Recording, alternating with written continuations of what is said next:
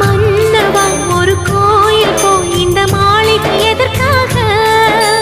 தேவியே என் ஜீவனே இந்த ஆலயம் உனக்காக.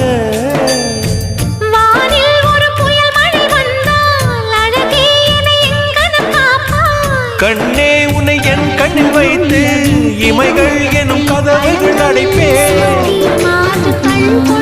நான் சத்தியம் செய்யவா? தொடு தொடுவெனவே வானவில் என்னை தூரத்தில் அழைக்கின்ற நேரம்.